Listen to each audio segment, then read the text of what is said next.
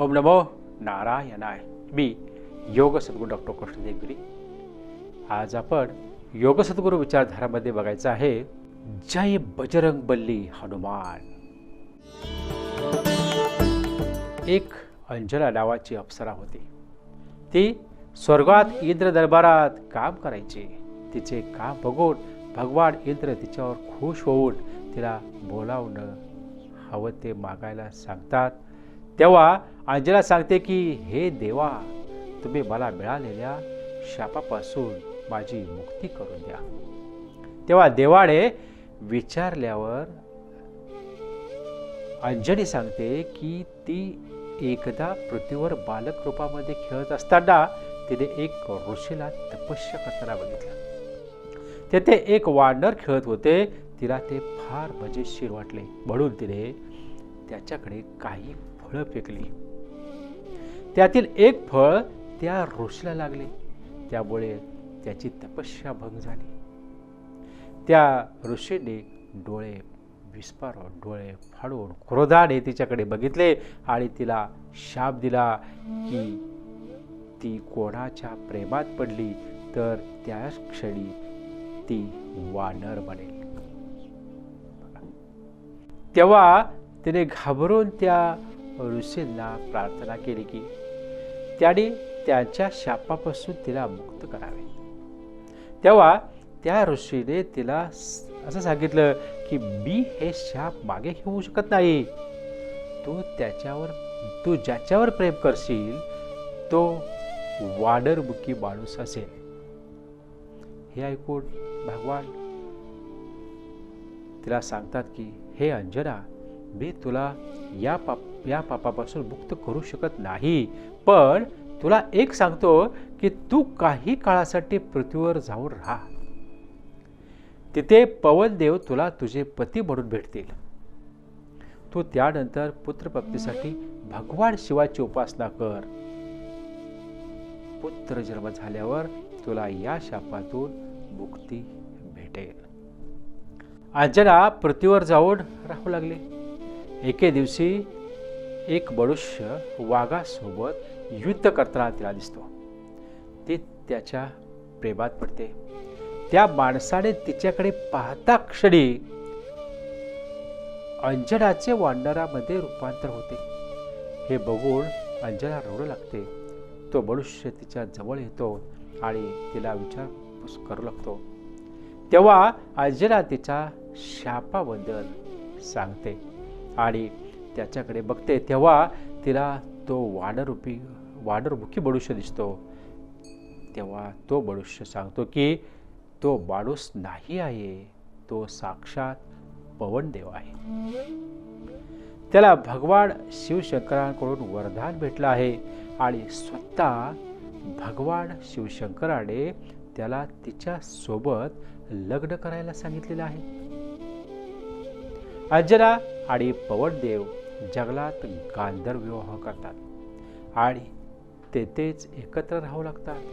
स्वतः देवाने सांगितल्याप्रमाणे अंजनाने पुत्रप्राप्तीसाठी भगवान शिवाची तपस्या करते आणि तिला भगवान शिव त्यांना वरदान देतात की तिचा पुत्र म्हणून जन्माला येईल आणि त्यामुळे ऋषीने दिलेल्या शापापासून तुझी मुक्तता होईल. एके दिवशी अंजना भगवान शिवाची तपस्या करत असते आणि दुसरीकडे अयोध्येचा राजा दशरथ पुत्रप्राप्तीसाठी यज्ञ करत असतो.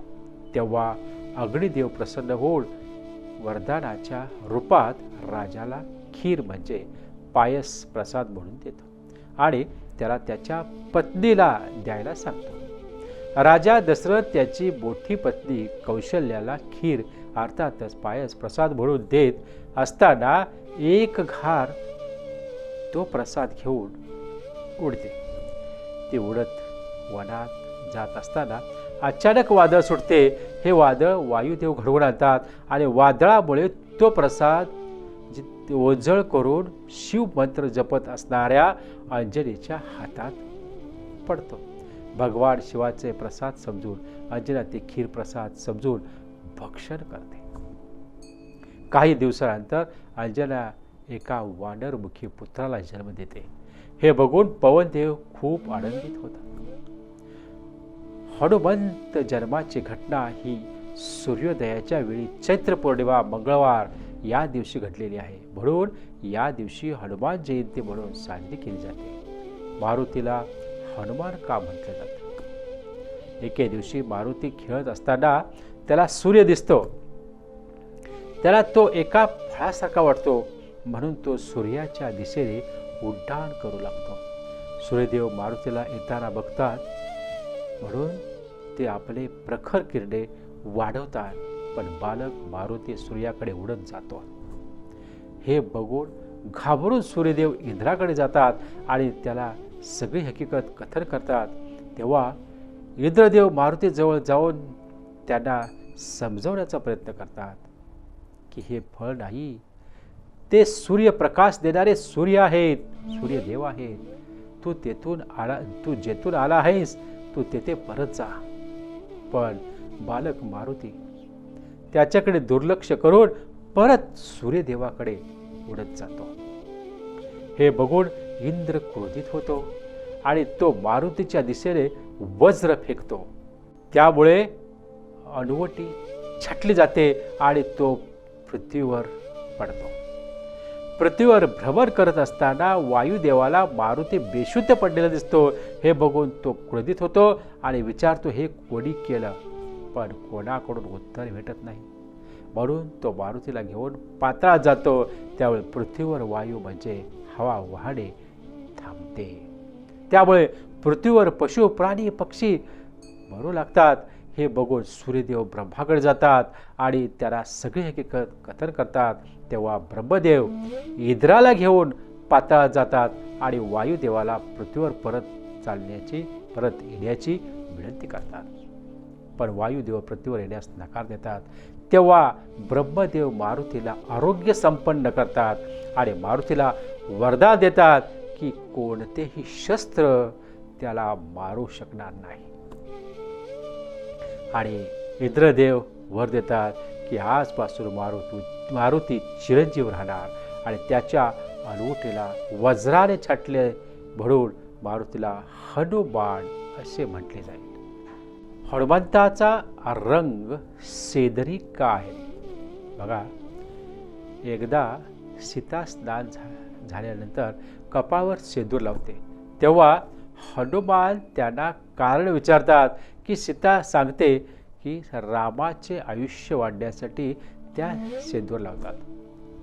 हनुमान रामाचा परमभक्त म्हणून प्रसिद्ध आहे. मग हनुमान सर्व अंगाला सेंदूर लावतात, म्हणून हनुमंताचा रंग सेंदरी आहे.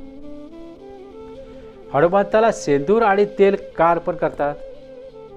हनुमान द्रोणागिरी पर्वत घेऊन जात असताना भरत त्यांना बाण मारतो. तेव्हा त्याच्या पायाला दुखापत होते. तेव्हा ते सेंदूर आणि तेल लावतात. त्यामुळे त्याची दुखापत बरी होते. म्हणून हनुमंताला सेंदूर आणि तेल वाहतात. धन्यवाद. शुभम भवतो.